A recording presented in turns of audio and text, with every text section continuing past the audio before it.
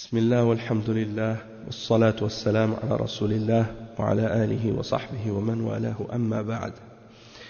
On continue le cours, aujourd'hui c'est le cours 158 à cause de la correction qu'on a fait dans la numérotation pour les cours 132 et 147 qui étaient répétés à 2 reprises. Donc j'ai fait la correction du numéro et donc on est maintenant à 158. On est en train d'expliquer, donc dans le tafsir Surat al-Baqarah de Cheikh Salih al-Fawzan, on est en train d'expliquer le verset 243. Et dans le verset 243, Allah subhanahu wa ta'ala, il dit Alam tara ila alladhina kharaju min diyarihim wa hum ulufun hadhara al-maut faqala lahum Allahu mutu thumma ahyahum inna Allah ladhu fadlin ala an-nas walakinna akthara an-nas la yashkurun. Ce qui signifie, n'as-tu pas vu ceux qui sortirent de leur demeure par crainte de la mort? Il y en avait des milliers. Puis Allah leur dit mourez, et après quoi il leur rendit la vie. Certes, Allah est détenteur de la faveur envers les gens, mais la plupart des hommes ne sont pas reconnaissants. Donc, on a expliqué ce verset, on commençait à l'expliquer hier, et le cheikh explique après que il y a 3 endroits dans lesquels Allah subhanahu wa ta'ala mentionne que il a fait revivre des gens après les avoir fait mourir dans cette vie. Il les a ressuscités dans cette vie d'ici-bas. Et le premier cas que le cheikh il a mentionné, c'est l'exemple de Al-Baqarah, l'exemple de l'homme qui avait été tué et on ignorait donc qui avait été le coupable. Alors Allah subhanahu wa ta'ala a ordonné à Moussa alayhi salam de dire à son peuple de d'égorger une vache. Puis on a vu l'histoire par la suite qu'ils ont refusé, ils voulaient pas ils ont commencé à poser plein de questions. Finalement, ils l'ont fait à la fin, mais c'était devenu très difficile pour eux parce que ils ont voulu compliquer l'affaire. Alors Allah subhanahu wa ta'ala les a punis en rendant l'affaire plus compliquée encore. Donc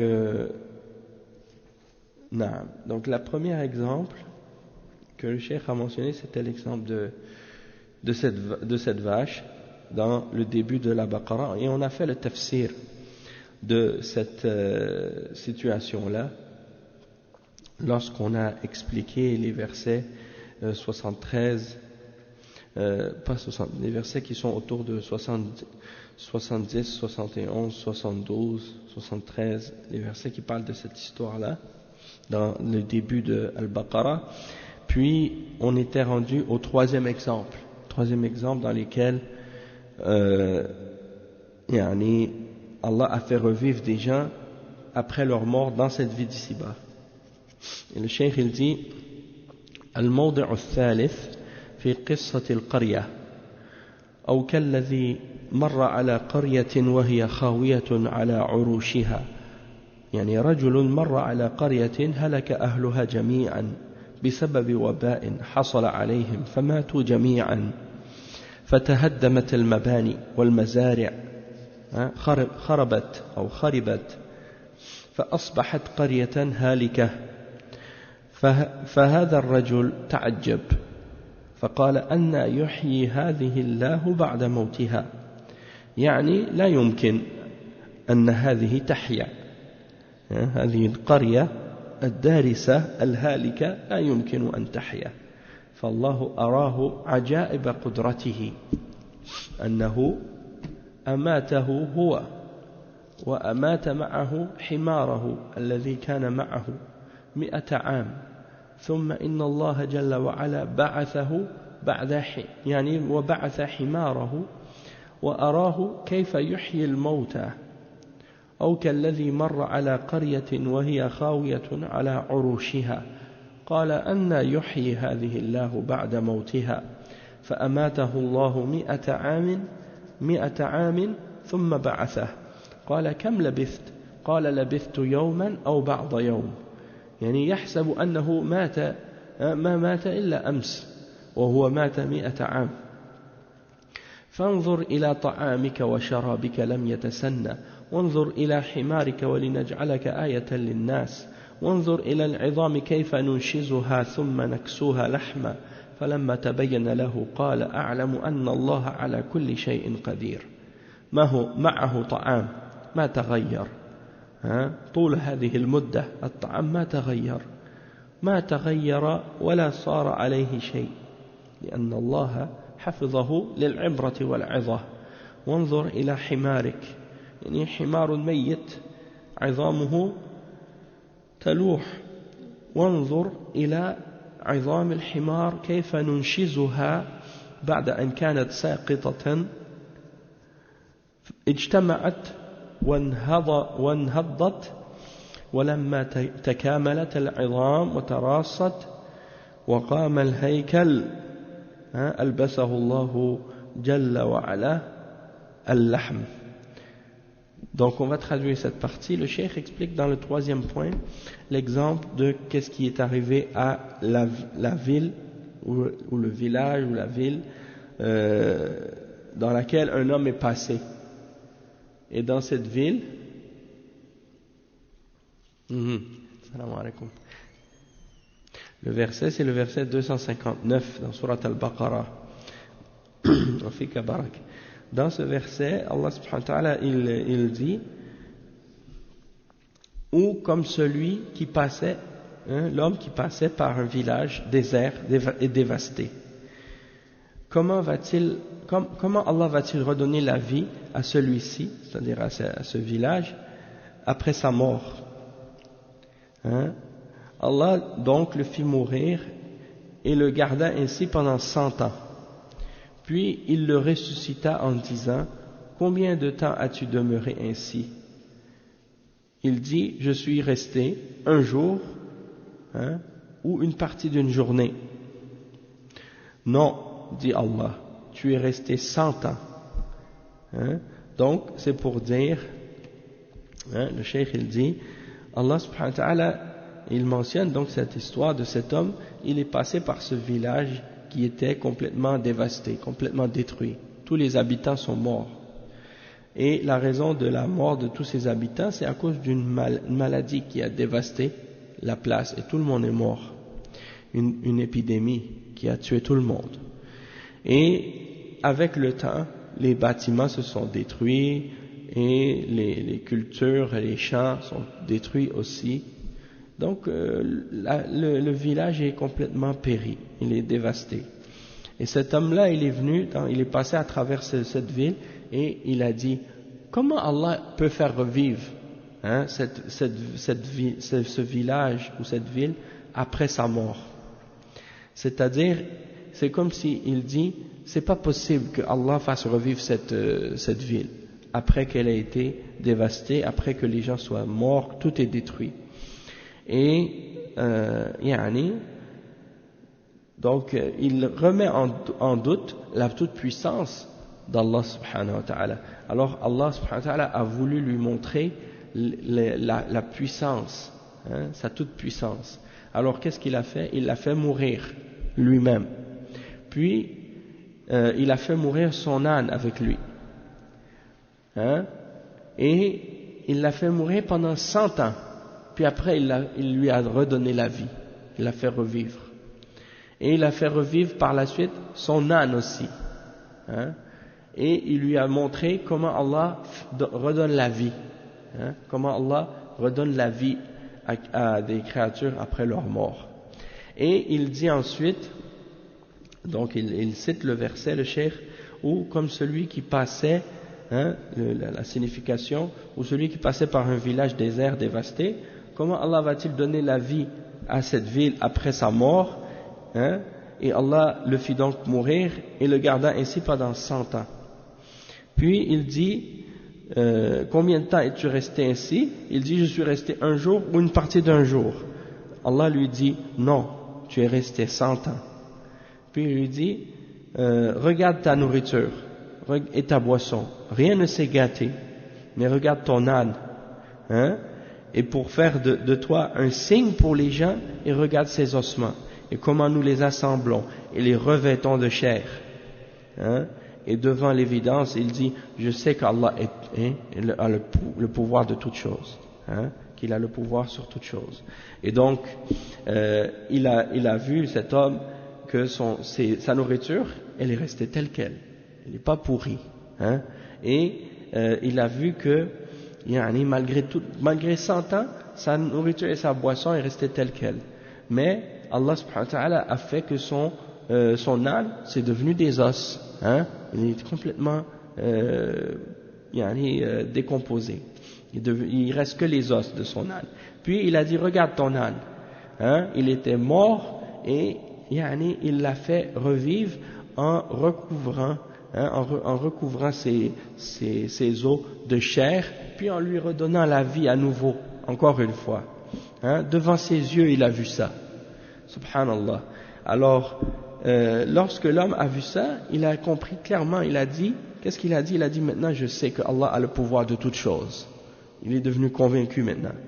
Et le cheikh il dit فَلَمَّا تَبَيَّنَ لَهُ قال أعلم أن الله على كل شيء قدير الله جل وعلا لا يعجزه شيء وهذه نموذج ذكرها الله في هذه السورة وأكثرنا يمر عليها ولا يلقي لها بالا وما يدري المقصود بها فهذا من الغفلة عن آيات الله عز وجل وهذه أدلة على البعث أدلة شاهدوها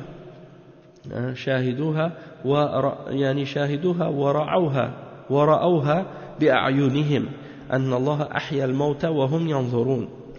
Le cheikh il dit Allah subhanahu wa ta'ala, il n'y a rien qui est impossible pour lui, hein? Il n'y a rien qui est impossible pour Allah subhanahu wa ta'ala, et ça c'est un exemple que Allah subhanahu wa ta'ala a mentionné dans ce verset, et la plupart d'entre nous on lit ce genre de verset et on ne lui donne pas d'importance, hein? Et on ne sait même pas qu'est-ce que Allah a voulu dire par cette histoire, pourquoi Allah a mentionné cet exemple-là.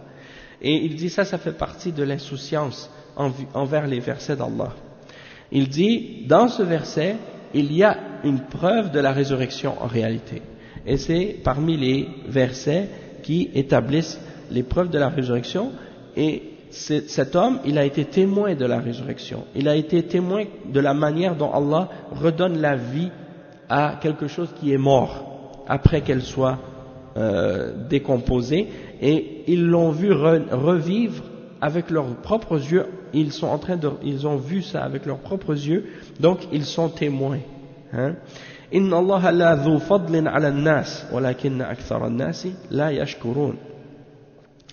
يشكرون هذا الفضل الذي تفضل الله به عليهم فضل العلم والفقه في دين الله والاطلاع على أخبار الماضين وفضل الرزق والثمرات والخيرات فضل الصحة في الأبدان فضل الأمن في الأوطان هذا فضل من الله سبحانه وتعالى وأعظم من ذلك فضل الإسلام أعظم نعمة أعظم منة هو الإسلام اليوم أكملت لكم دينكم وأتممت عليكم نعمتي ورضيت لكم الإسلام دينا نعم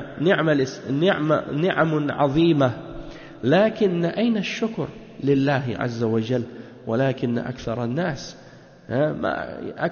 ما هو بقليل أكثر الناس لا يشكرون نعمة الله عز وجل. Donc le cheikh il explique que Allah subhanahu wa ta'ala termine le verset en disant certes Allah est le détenteur d'une grande faveur envers les hommes, mais la plupart des hommes ne sont pas reconnaissants, hein? Ils ne reconnaissent pas cette grâce que Allah leur fait, la grâce de la science, le savoir que Allah nous donne, la compréhension de la religion, le fait d'avoir des informations qu'il nous donne au sujet des peuples qui ont vécu dans le passé et comment ils ont vécu et qu'est-ce qui leur est arrivé, la grâce de la subsistance et des fruits et des biens que Allah nous donne, et la grâce également, hein, de la santé dans notre corps, hein? Quand on a la santé, on se sent bien, tandis que si on est malade, des fois on ne peut même pas adorer Allah comme il faut parce qu'on est malade, hein? On est obligé de prier assis, on est obligé de prier couché, on ne peut même pas faire la salat bien parce que notre corps est malade, notre corps est handicapé ou blessé ou malade, hein? Donc tout ça c'est une grâce, la santé c'est une grâce, Et le fait d'avoir la sécurité dans notre pays, ou là où on vit, il n'y a pas de guerre, il n'y a pas de malheur, il n'y a pas de désastre, il n'y a pas de problème. Ça fait partie des grâces d'Allah. Il faut être reconnaissant pour ça. Hein? Et le cheikh il dit la plus grande de toutes les grâces, c'est la grâce de l'islam. La plus grande de toutes les faveurs et des grâces que Allah nous a fait, c'est la grâce de l'islam. Et Allah subhanahu wa ta'ala, il dit aujourd'hui, j'ai complété pour vous mon bienfait, j'ai parachevé sur vous ma grâce et j'ai agréé l'islam comme religion pour vous. Et c'est donc la plus grande des grâces. Mais où est-ce qu'elle est la reconnaissance? C'est ça le problème. Où est-ce qu'il est ash-shukr? Où est-ce qu'il est la reconnaissance envers Allah et le remerciement?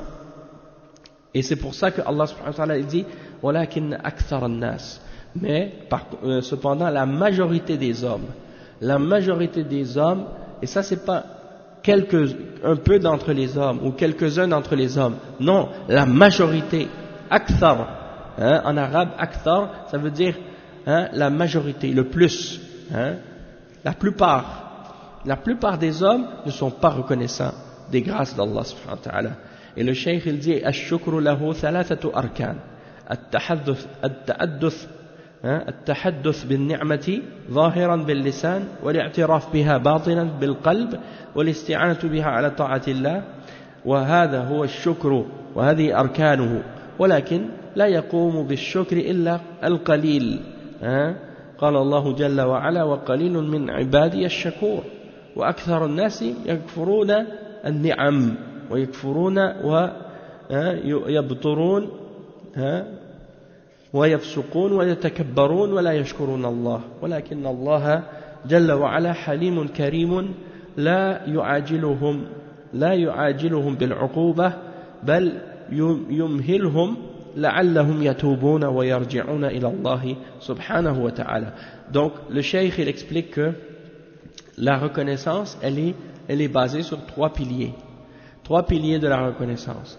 La première c'est at-tahadduth, le fait de parler de la grâce d'Allah et de la mentionner.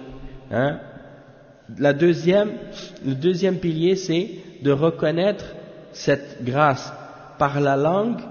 Ça on l'a dit, c'est le fait de parler de cette grâce, la reconnaître dans le cœur, reconnaître de cette grâce par le cœur, en reconnaissant qu'elle vient d'Allah. Puis le troisième, c'est de l'utiliser cette grâce dans l'obéissance d'Allah. L'utiliser cette grâce dans l'obéissance d'Allah subhanahu wa ta'ala. Donc c'est les trois piliers de la reconnaissance. De mentionner cette grâce ouvertement avec la langue, de reconnaître avec le cœur que cette grâce elle vient d'Allah, et troisièmement d'utiliser la grâce dans l'obéissance d'Allah et dans le bien et non dans le péché. C'est ça les conditions pour être reconnaissant envers Allah. Et les ulama ils disent que la reconnaissance envers Allah c'est pas seulement avec la langue, mais c'est aussi avec les actions, avec les actions de notre corps, en faisant l'obéissance d'Allah, en établissant l'obéissance d'Allah. Donc il faut respecter ces piliers de la reconnaissance, mais la majorité des hommes ne sont pas reconnaissants. Il dit Allah subhanahu wa ta'ala dans le verset 13 dans surat Saba, وَقَلِيلٌ مِنْ عِبَادِيَ الشَّكُورِ, c'est-à-dire très peu d'entre mes serviteurs sont reconnaissants. Et Allah subhanahu wa ta'ala dit dans plusieurs versets inna l'insana kafur. Kafur c'est le contraire de shakur. Kafur ça veut dire ingrat, ça veut dire t'es pas reconnaissant, ingrat, kafur, inna l'insana kafur. Donc l'être humain il est ingrat, il est peu reconnaissant. L'être humain, le cheikh il dit, ils sont ingrats, ils sont fiers, ils font des perversités, ils s'enflent d'orgueil et ils reconnaissent pas les grâces d'Allah, ils sont pas reconnaissants. Il dit, mais malgré tout, Allah subhanahu wa ta'ala, il est doux et patient, il est généreux et il ne précipite pas le châtiment pour les hommes. Il leur donne un délai, il leur donne du temps. Il leur donne un répit pour qu'ils aient le temps de se repentir et revenir à Allah subhanahu wa ta'ala. Donc là, on vient de conclure donc l'explication du verset, du verset, je pense, si je me souviens, c'est le verset 243. Maintenant, le cheikh, il passe au verset 247 à 249. Donc, avant le verset 247, il y a trois versets que le cheikh, il a passé par-dessus. On va les lire, puis après on va lire les versets qui sont à la suite de ça. Allah subhanahu wa ta'ala, il dit donc dans les versets suivants: وَقَاتِلُوا فِي سَبِيلِ اللَّهِ وَاعْلَمُوا أَنَّ اللَّهَ سَمِيعٌ عَلِيمٌ مَنْ ذَا الَّذِي يُقْرِضُ اللَّهَ قَرْضًا حَسَنًا فَيُضَاعِفَهُ لَهُ أَضْعَافًا كَثِيرَةً وَاللَّهُ يَقْبِضُ وَيَبْسُطُ وَإِلَيْهِ تُرْجَعُونَ.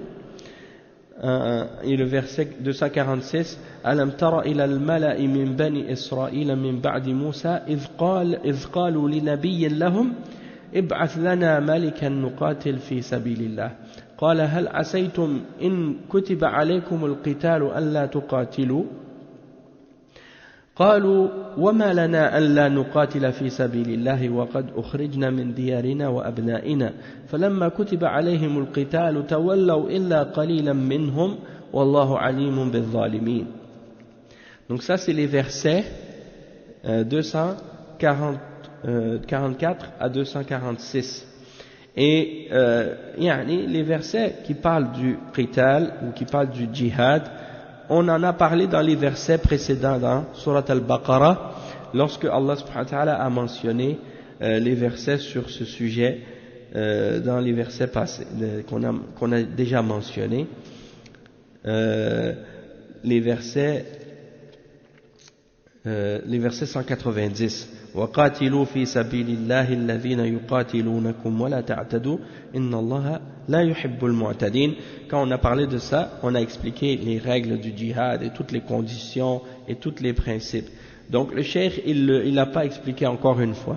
Il est passé maintenant au verset suivant, c'est-à-dire les versets 247 à 247 à 252, 247 à 252, et on va les lire ensemble. On va lire cette histoire, c'est l'histoire avec Talut et Daoud et Goliath, l'histoire avec Goliath et toute l'histoire qui a été racontée par Allah subhanahu wa ta'ala dans ces versets-là. Donc Allah subhanahu wa ta'ala dit dans les versets en question 247 à 253: وقال لهم نبيهم إن الله قد بعث لكم طالوت ملكا قالوا أن يكون له الملك علينا ونحن أحق بالملك منه ولم يؤت سعة من المال قال إن الله اصطفاه عليكم وزاده بسطة في العلم والجسم والله يؤتي ملكه من يشاء والله واسع عليم وقال لهم نبيهم إن آية ملكه أن يأتيكم التابوت فيه سكينة من ربكم وبقية مما ترك آل موسى وآل هارون تحمله الملائكة إن في ذلك لآية لكم إن كنتم مؤمنين. Allah subhanahu wa ta'ala, il dit dans ces versets: et leur prophète leur dit, voici qu'Allah vous a envoyé Talut pour roi. Ils dirent, comment régnerait-il sur nous? Nous avons plus de droits que lui à la royauté. On ne lui a même pas prodigué beaucoup de richesses. Il dit, Allah vraiment l'a élu sur vous et a accru sa part quant au savoir et à la condition physique. Allah alloue son pouvoir à qui il veut. Allah a la grâce immense et il est omniscient. Et leur prophète leur dit, le signe de son investiture sera que le coffre va vous revenir, un objet de quiétude inspiré par votre Seigneur et contenant les reliques de ce que laissèrent la famille de Moïse et la famille d'Aaron, Haroun. Les anges le porteront. Voilà bien là un signe pour vous si vous êtes croyants. Et le verset suivant, les versets 249 à 253: فَلَمَّا فَصَلَ طَالُوتُ بِالْجُنُودِ قَالَ إِنَّ اللَّهَ مُبْتَلِيكُمْ بِنَهَرٍ فمن شرب منه فليس مني ومن لم يطعمه فإنه مني إلا من اغترف غرفة بيده فشربوا منه إلا قليلا منهم فلما جاوزه هو والذين آمنوا معه قالوا لا طاقة لنا اليوم بجالوت وجنوده قال الذين يظنون أنهم ملاقوا الله كم من فئة قليلة غلبت فئة كثيرة بإذن الله والله مع الصابرين. C'est le verset 249. Allah subhanahu wa ta'ala il dit dedans, puis au moment de partir avec les troupes, Talut dit, voici Allah va vous éprouver par une rivière. Quiconque y boira ne sera plus des miens, et quiconque n'y goûtera ne sera pas des miens.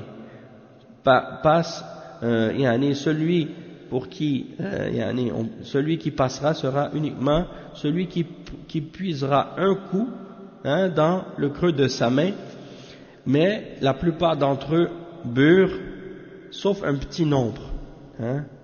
Puis lorsqu'ils eurent traversé, lui et ceux des croyants qui l'accompagnaient, ils dirent, nous voilà sans force aujourd'hui contre Goliath et ses troupes. Ceux qui étaient convaincus qu'ils auront à rencontrer Allah dirent, combien de fois une troupe peu nombreuse a, par la grâce d'Allah, vaincu une troupe très nombreuse, et Allah est avec les endurants.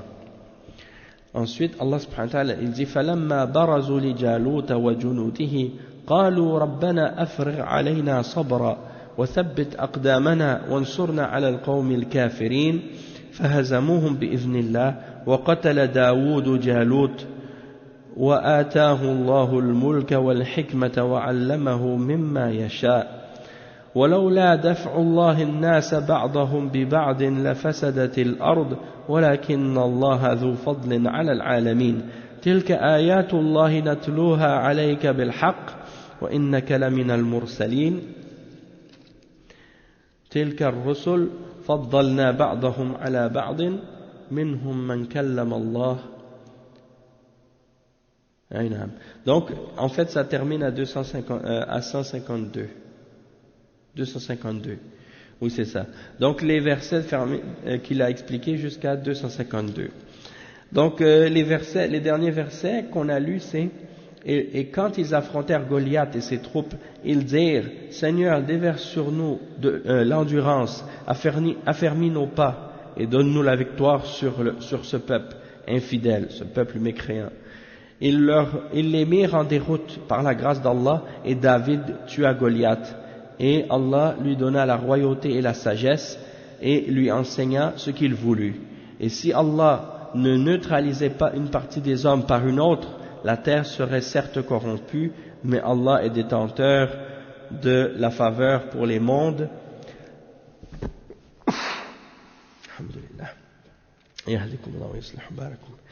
Voilà les versets d'Allah que nous te récitons, ô Muhammad, avec la vérité. Et tu es certes parmi les envoyés. Donc ça c'est les versets de cette sourate qu'on va expliquer maintenant, à partir de 247.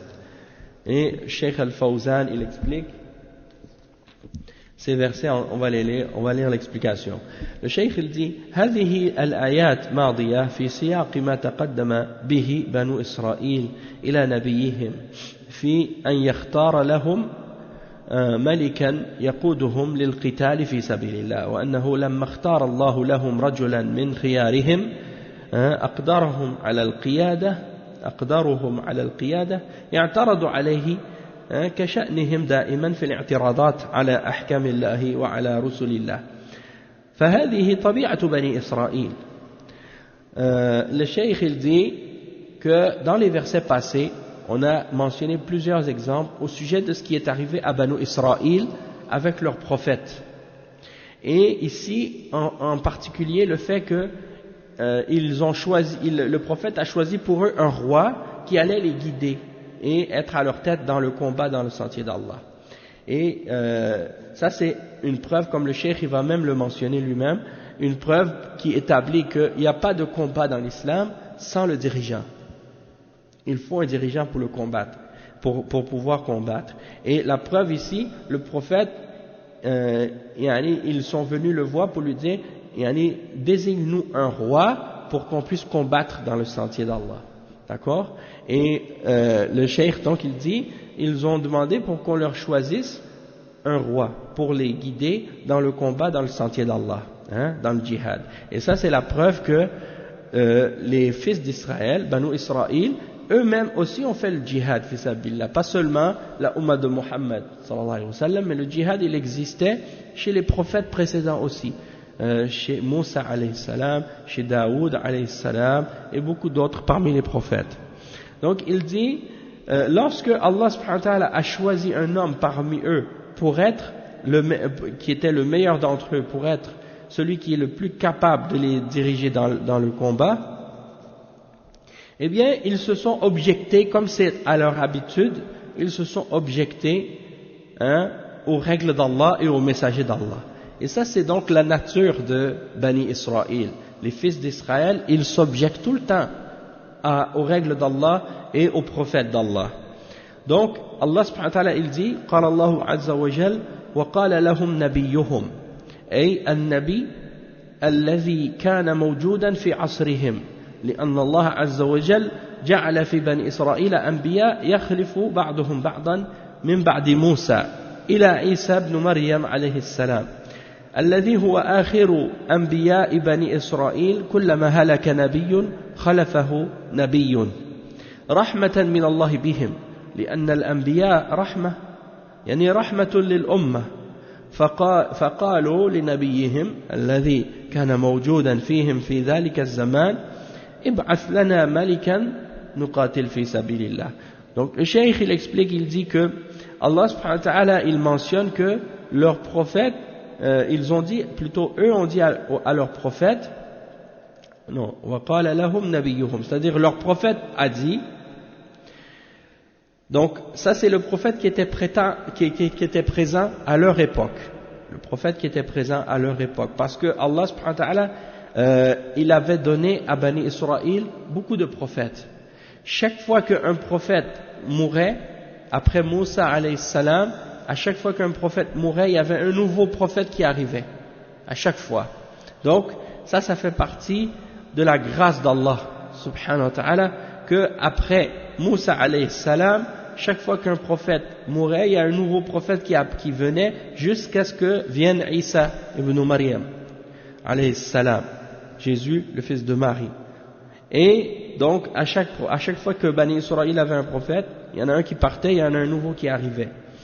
Et ça, c'est une grâce de la part d'Allah pour eux, une miséricorde, parce que les prophètes sont une miséricorde pour la Ummah. Et ils ont dit à leur prophète, celui qui était présent à leur époque, ib'ath lana malikan, choisis ou désigne pour nous un roi pour que nous puissions combattre dans le sentier d'Allah. Et le cheikh il dit هم الذين طلبوا هذا هم الذين طلبوا أن يختار لهم نبيهم ملكا يقودهم ليقاتلوا في سبيل الله كما أسلفنا أن هذا فيه دليل على أن الجهاد من صلاحيات ولاة الأمور وأنهم هم الذين يتولونه وينظمونه ويأمرون به كما كان في عهد نبينا محمد صلى الله عليه وسلم فإنه كان هو الذي ينظم الجهاد وينظم الجيوش والسرايا وأحيانا يقودها بنفسه عليه الصلاة والسلام وأحيانا يختار من يقود هذه الجيوش وهذه السرايا نيابة عنه فهذا دليل على أن الجهاد من اختصاص ولاة الأمور المسلمين هم الذين يأمرون به وهم الذين ينظمون الجيوش ويؤمرون عليها الأمراء فهذه شريعة مستقرة من عهد بني إسرائيل إلى نبينا محمد صلى الله عليه وسلم. Donc le cheikh il dit qu'ils ont donc demandé à leurs prophètes, c'est eux-mêmes qui ont demandé aux prophètes, désigne-nous un roi pour qu'on puisse combattre dans le sentier d'Allah. C'est pas comme si le prophète était venu pour leur dire ça. C'est eux-mêmes qui sont allés le voir, le prophète, pour leur demander de leur désigner un roi, pour qu'ils puissent combattre dans le sentier d'Allah. Et il dit, le cheikh, il dit, comme nous l'avons dit précédemment, lorsqu'on a parlé des versets sur le djihad, dans les versets 190, le djihad, ça fait partie des responsabilités du dirigeant musulman, le chef de l'État dans un pays musulman, le chef du pays. C'est lui qui est le chef de l'armée et c'est lui qui organise et qui s'occupe, qui est à la tête de l'armée dans l'islam. Et c'est lui qui ordonne le combat. Et c'était comme ça également à l'époque de notre prophète Muhammad sallallahu alayhi wa sallam. C'est lui qui organisait le combat, c'est lui qui organisait les armées, c'est lui qui organisait les bataillons, les régiments et les différentes armées, et parfois c'est lui qui allait lui-même pour les diriger dans le combat, c'est-à-dire il était à la tête lui-même de l'armée. Parfois il désignait quelqu'un pour le remplacer à la tête de l'armée. Parfois c'est lui-même qui partait à la tête de l'armée, parfois c'est quelqu'un qui était placé à la tête de l'armée et c'est lui qui désignait la personne. Et donc ça c'est la preuve, c'est le dalil que le djihad c'est quelque chose qui est spécifique aux dirigeants musulmans et celui qui est à la tête du pouvoir du pays musulman. Donc c'est lui qui détermine s'il y a un combat, c'est lui qui organise les armées, c'est lui qui place les chefs, les commandants des bataillons et des différents régiments, c'est lui qui les met à la place, c'est lui qui les organise, qui les positionne. Et ça, c'est une législation qui reste, depuis Bani Israël jusqu'au prophète Mohammed sallallahu alayhi wa sallam, le dernier des prophètes. Ça c'est quelque chose qui continue, qui est établi dans la charia des différents prophètes. Le cheikh dit ensuite, فالذين في وقتنا هذا يخلون بهذا الأمر كل منهم يريد أن يذهب للجهاد بدون أمر ولي الأمر الذي هو تحت ولايته. وإن هذه فوضى وخلاف ما شرعه الله سبحانه وتعالى ولا تؤدي إلى نتيجة. هذه فوضى لا تؤدي إلى نتيجة بل تؤدي إلى ضرر بالمسلمين كما هو الحاصل. Donc le cheikh il dit, ceux à notre époque qui ne respectent pas cet ordre, chacun veut partir faire le djihad sans le dirigeant. Chacun veut partir au combat et aller faire le djihad sans respecter le fait qu'il doit y avoir un dirigeant à sa tête, qui gère qui organise le djihad et qui gère l'armée. Et donc les ulama ils mentionnent, comme Cheikh Al-Fawzan et tous les grands ulama de Ahl Sunnah à notre époque, ils disent personne n'a le droit de partir au combat ou au djihad sans la permission du dirigeant.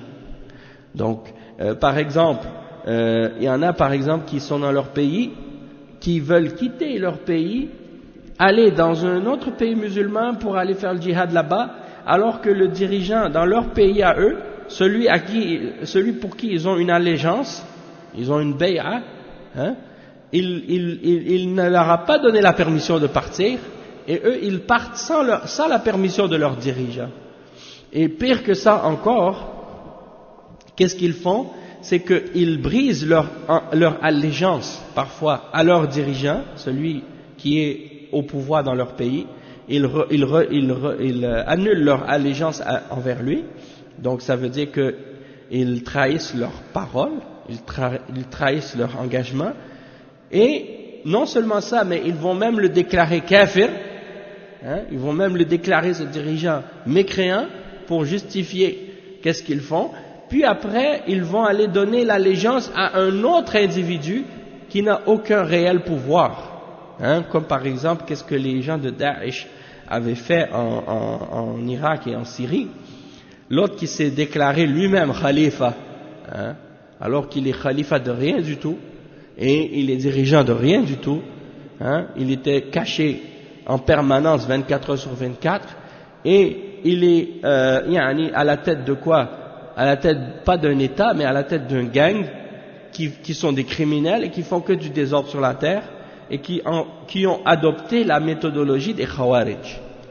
Alors, ils ont commis combien de péchés avant d'arriver à leur soi-disant prétendu djihad, qui n'a rien à voir en passant avec le djihad islamique, le vrai et le réel, qui est en accord avec les conditions et les règles de la charia. Donc ils ont désobéi à leurs dirigeants, ils ont brisé leur bay'a et leur engagement à ce dirigeant-là, ils sont sortis sans sa permission, ils l'ont déclaré kafir. Et le prophète sallallahu alayhi wa sallam, il a dit man kaffara musliman fahuwa ka qatluh, fahuwa ka qatlihi. C'est-à-dire celui qui déclare un musulman mécréant, c'est comme s'il l'avait tué. C'est comme s'il l'avait tué. Yani, subhanallah. Et donc il le déclare kafir, puis il donne leur allégeance à un autre individu qui est même pas un dirigeant, qui s'est autoproclamé dirigeant lui-même et qui n'a aucune autorité réelle, aucun pouvoir réel, et qui est à la tête d'un gang de criminels, qui déclare kuffar les musulmans et qui tue sans aucune pitié hommes, femmes et enfants et musulmans, et même parmi eux, même aussi des kuffars qui sont sous les ententes de paix avec les musulmans, ils se permettent de les tuer aussi, et bien d'autres crimes encore. Donc, alhamdulillah que ils ont été écrasés maintenant, et on se demande maintenant, parce qu'on a vu dans les médias dernièrement que les forces des kuffars, que ce soit les Russes ou les Syriens, ils les ont laissés partir, les derniers qui restaient parmi les groupes de Daesh, ils les ont laissés partir, ils les ont pas arrêtés. Ajib. Après tous les crimes qu'ils ont faits et tout le désordre et le mal qu'ils ont fait, après ils les laissent s'enfuir? Non, ça c'est inacceptable. Et ça c'est même peut-être une preuve qu'ils étaient ensemble, ils travaillaient les uns avec les autres.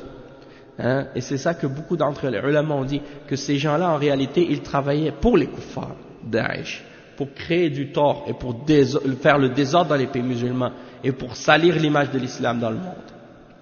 Nasallallahu al-afiyah.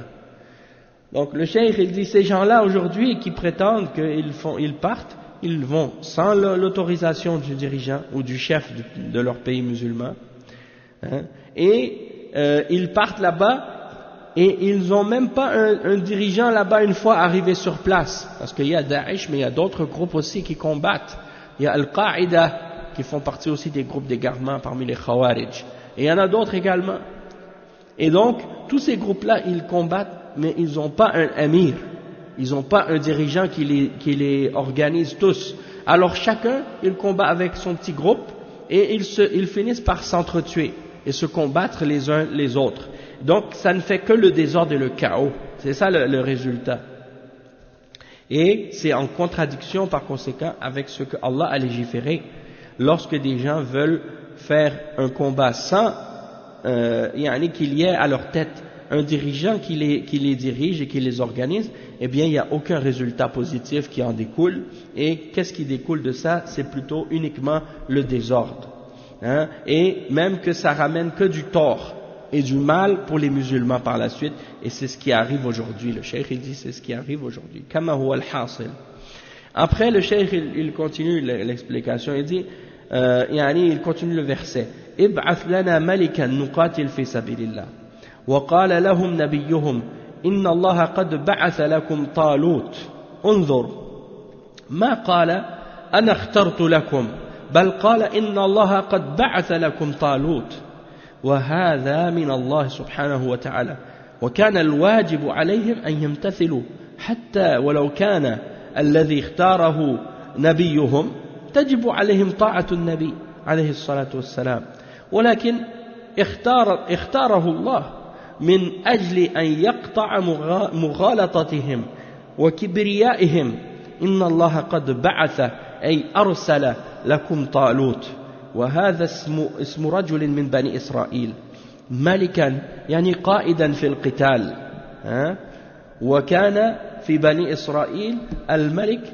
في سبت من أسباط في سبت من أسباطهم والرسالة في سبت من أسباطهم في سبت آخر لأنهم كما قال الله عز وجل وقطعناهم 12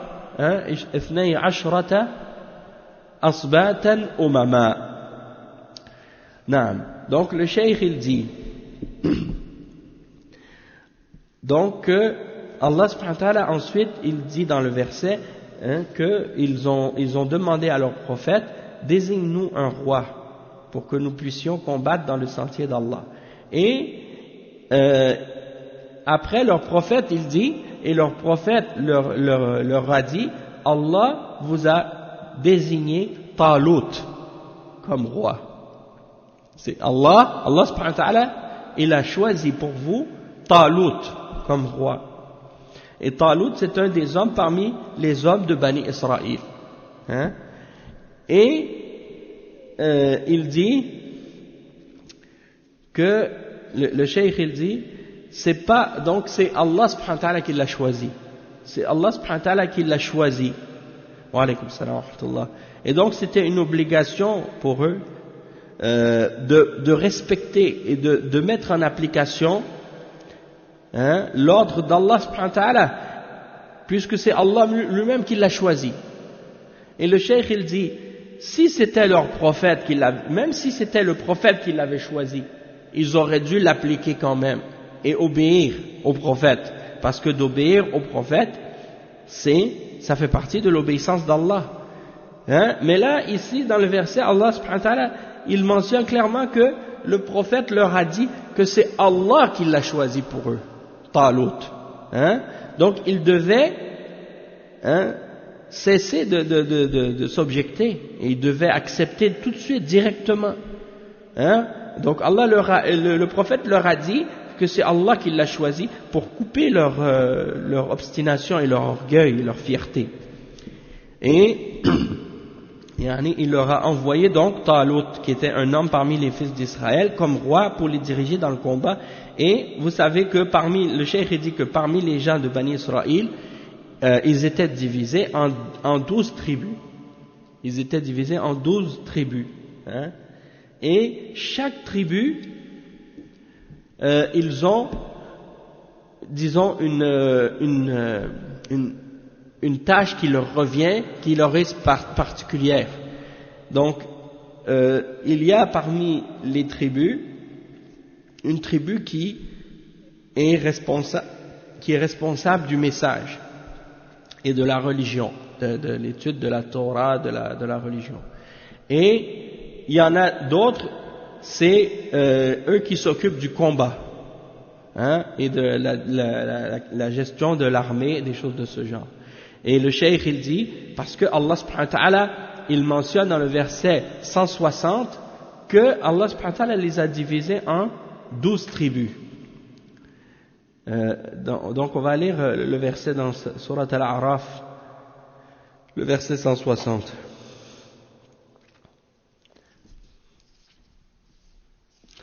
Donc le cheikh il dit, il cite ce verset dans lequel Allah subhanahu wa ta'ala dit وَقَطَّعْنَاهُمْ 12 أسباطا أمما أسباطا أمما. Nous les avons répartis en 12 tribus, en 12 communautés, et nous révélâmes à Moïse, et ainsi de suite. Donc c'est pour dire que chaque tribu, ils avaient leur responsabilité, ou bien certaines d'entre elles avaient des choses particulières comme responsabilité. Le cheikh il dit لأن أولاد يعقوب عليه السلام الذي هو إسرائيل أولاده 12 كل ابن من أبناء يعقوب صار له ذرية يسمون الأسباط وكان فيهم ملوك وفيهم أنبياء الملوك في سبط بني في سبط يعني في قبيلة والنبوة في قبيلة أخرى فلما اختار الله طالوت وهو لم يكن من بيت ملك عندهم تعجبوا ولذلك قالوا أن يكون له الملك علينا يعني كيف استحق أن يكون ملكا وهو ليس من بيت ملك وهذا أول اعتراض حصل منهم يعني اعتراضهم على ماذا على ما اختاره الله سبحانه وتعالى فهذا مما يدلكم على تعنت بني إسرائيل. Donc le cheikh il dit les fils de Jacob alayhi salam, Jacob il a eu 12 fils et Jacob un autre de ses noms c'est Israël. Celui qu'on appelle Israël c'est le prophète Jacob alayhi salam, il s'appelle Israël. C'est pour ça des fois il faut faire attention quand on parle des fois il y a des gens ils sont fâchés contre les juifs alors ils veulent insulter Israël. Ils insultent Israël. Israël c'est le prophète d'Allah alayhi salam. Faites attention quand vous parlez. Si par exemple quelqu'un dit moi je déteste Israël, je déteste, il insulte Israël. Israël c'est le Rasulullah, c'est le messager d'Allah. Il ne faut pas insulter Israël. Israël c'est le messager d'Allah. Et tu n'as pas le droit de dire que tu détestes Israël. Israël c'est Ya'qub alayhi salam. Donc il faut faire attention quand tu parles. Des fois les gens ils font pas attention et ils ne réalisent pas. Ils insultent le prophète sans même s'en rendre compte. Et donc le cheikh il dit donc que les fils d'Israël sont de 12. Il a eu 12 fils. Parmi eux il y avait Youssef alayhi salam qui est un des fils de Ya'qub. Et vous avez lu l'histoire dans Surat Youssef. Il y a aussi Benjamin, et il y a les 10 autres. Il y a Youssef, Benjamin, et il y a les 10 autres. Parmi ces 10 là, c'est les 12 qui sont à la tête des 12 tribus des Juifs. Les 12 tribus de Bani Israël, les enfants, les fils d'Israël. Et le cheikh explique que parmi ces 12 tribus, il y en a une dans laquelle il y avait la dirigeance et la gouvernance et la royauté, et dans une autre tribu, il y avait la prophétie. Dans une tribu, il y a le pouvoir, la royauté, et dans l'autre, la prophétie. Et il dit, lorsque Allah subhanahu wa ta'ala a choisi Talut, eh bien, Talut ne faisait pas partie de la maison de la royauté chez eux. Donc ils se sont étonnés. Pourquoi Allah a choisi Ils disent, pourquoi lui va être notre roi? Comment lui pourrait être roi sur nous? Comment a-t-il mérité d'être roi alors qu'il n'est pas de la maison du royaume? Donc le cheikh dit ça, c'est la première objection qui s'est produite par rapport à cette histoire. La première objection qu'ils ont eue. Et donc ils se sont objectés à quoi? Ils se sont objectés au choix d'Allah. Que Allah a choisi Talut, eux ils ne sont pas satisfaits. Et ça c'est la preuve qui montre à quel point les fils d'Israël sont obstinés et qu'ils rejettent, ils refusent ce qui vient d'Allah à chaque fois. Ils sont orgueilleux. Allah al-Musta'an. Et le cheikh il dit ensuite qu'ils ont, Allah subhanahu wa ta'ala il dit dans le verset anna yakunu lahu al-mulku alayna wa nahnu ahaqqu bil mulki minhu الاعتراض الثاني ولم يؤت سعة من المال يعني أنه فقير فهو ليس من بيت ملك ليس من بيت ملك أو ملك يعني donc le cheikh dit وأيضا هو فقير وهم يحتقرون الفقراء وإنما ينظرون إلى الأغنياء لأن نظرتهم دنيوية مادية لا ينظرون إلى دين الرجل وعلاقته بالله سبحانه وتعالى وإنما ينظرون إلى المادة والمال ولم يؤت سعة من المال فرد نبيهم عليهم. Donc le cheikh il dit, la première objection c'est qu'il ne fait pas partie des gens de la famille des gens qui ont le pouvoir. Donc, comment pourrait-il être le roi sur nous, Et deuxième objection, ولم يؤت سعة من المال, il n'a pas d'argent, il n'a pas d'argent, il est pauvre. Comment il pourrait être notre roi alors qu'il est pauvre? Et eux, ils méprisent les pauvres. Ils regardent les pauvres avec mépris. Tandis qu'ils ne respectent que les riches. Pourquoi? Parce qu'ils sont matérialistes. C'est des gens qui ne regardent la dunya, que les choses selon la dunya et selon les aspects matériels. Ils ne pensent qu'à l'argent. Banu Israël, les fils d'Israël, malheureusement, c'est comme ça. Ils pensent qu'à l'argent. Et encore aujourd'hui, c'est comme ça. Ils ne regardent pas la religion de la personne et sa relation avec Allah, mais ils regardent juste qu'est-ce qu'il a comme bien et la matière, les choses matérielles seulement. Donc ils ont dit وَلَمْ يُؤْتَ سَعَةً مِنَ الْمَالِ, il n'a pas reçu d'argent, beaucoup d'argent. Alors leur prophète leur a répondu. Qu'est-ce qu'il leur a dit?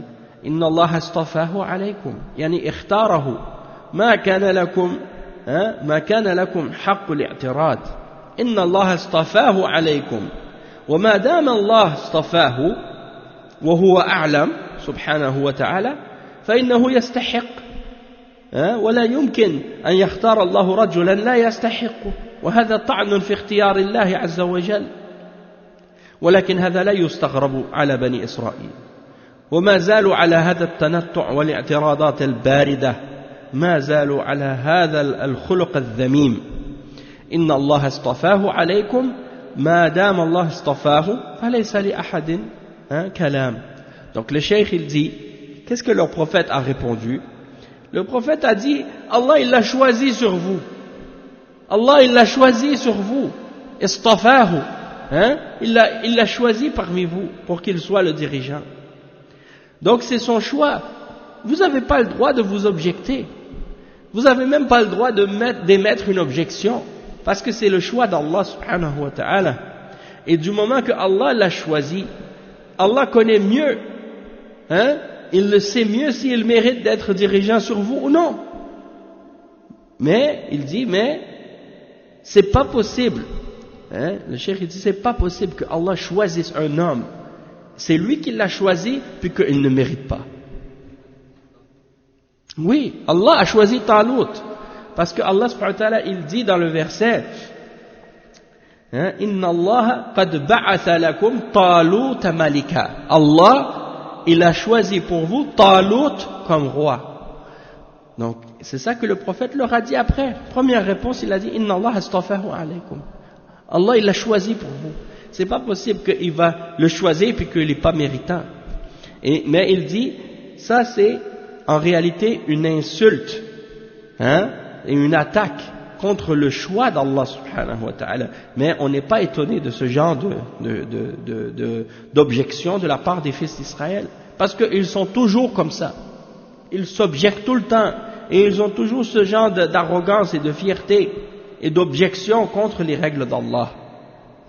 Ça fait partie de leur mauvais comportement, de leurs mauvaises caractéristiques. Donc, Allah, leur prophète, il leur a dit, Allah l'a choisi sur vous. Du moment que Allah l'a choisi, personne n'a le droit de dire un mot. C'est la décision d'Allah subhanahu wa ta'ala. Al-wajib alaykum as-sam wa at-ta'a. Hadhihi miza. Istafahu Allah. Lahu al-miza. Donc il dit ça, c'est l'obligation pour vous, c'est d'écouter et d'obéir. Il a cette particularité que Allah l'a choisi. والميزة الثانية وزاده بسطة في العلم والجسم. زاده بسطة يعني سعة في العلم، عنده علم واسع، والعالم أفضل من الجاهل، والعالم يجب احترامه والاستفادة منه ومن علمه، فهو عنده علم واسع ليس عند بني إسرائيل فهو أفضلهم علما فهذا فيه منزلة العلم وأن العالم له منزلة عند الله عز وجل وعند المؤمنين يحترمونه ويستفيدون منه ويقتدون به إذا كان عالما عاملا بعلمه عالما ربانيا فله الفضل على غيره. Donc le cheikh il dit l'obligation, donc ça c'est la première caractéristique, on a dit Allah l'a choisi. La deuxième caractéristique, Allah subhanahu wa ta'ala lui a donné beaucoup de science et une force physique. Donc la deuxième chose c'est qu'il lui a donné l'ilm, la science, une science qui est vaste. Et le savant, il est meilleur que l'ignorant. Le savant, le alim, il est meilleur que le jahil. Et donc, le savant, il est obligatoire de le respecter et de profiter de lui et de sa science. Il a du savoir, il a une connaissance qui est vaste, et une connaissance qui n'est pas présente chez Bani Israël, chez les fils d'Israël. Donc c'est le meilleur d'entre eux dans la science. Et il y a ici l'importance et la valeur du degré de la science en islam. Et le cheikh il dit donc que le alim, le savant, il a un degré élevé auprès d'Allah Azza wa Jal et chez les croyants.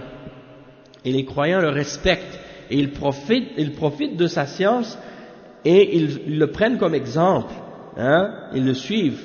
Et ça c'est bien entendu lorsque le savant agit selon la science qu'il possède et il le met en application et que c'est un savant qui applique les règles d'Allah subhanahu wa ta'ala et il éduque les gens. Donc il a un mérite sur les autres. ويعني وزاده بسطة في العلم والجسم أعطاه الله جسما قويا فهذا من مؤهلات القيادة العلم والجسامة فإن طالوت كان قوي الجسم مرتفع القامة وهذا مما يمتاز به لأن الحرب يحتاج إلى من كان قوي الجسم لأن الحرب يحتاج إلى قائد قوي في جسمه وقوي في علمه ورأيه وتدبيره هذه صفات متوفرة في هذا الملك الذي اختاره الله عز وجل أما ضعيف الجسم فهذا لا يصلح للقيادة لأنه لا يقوى على خوض المعارك وأيضا لا يصمد أمام الحروب أما إذا كان قويا في جسمه قويا في رأيه فهذا هو الذي يصلح للقيادة وهذا متوفر في طالوت. Donc le cheikh il dit également Allah subhanahu wa ta'ala lui a donné une force physique et ça fait partie des aptitudes nécessaires chez le dirigeant, qu'il ait la science et qu'il ait une force corporelle, une force physique. Et Talut il était fort physiquement, il avait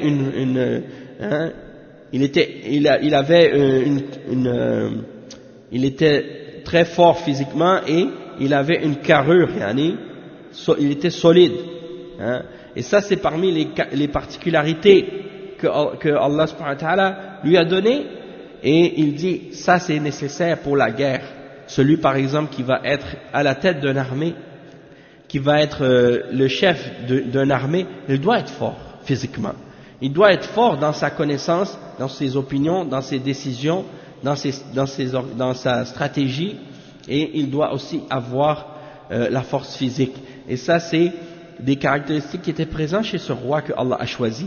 Tandis que celui qui est faible physiquement, eh bien il ne peut pas être à la tête d'une armée.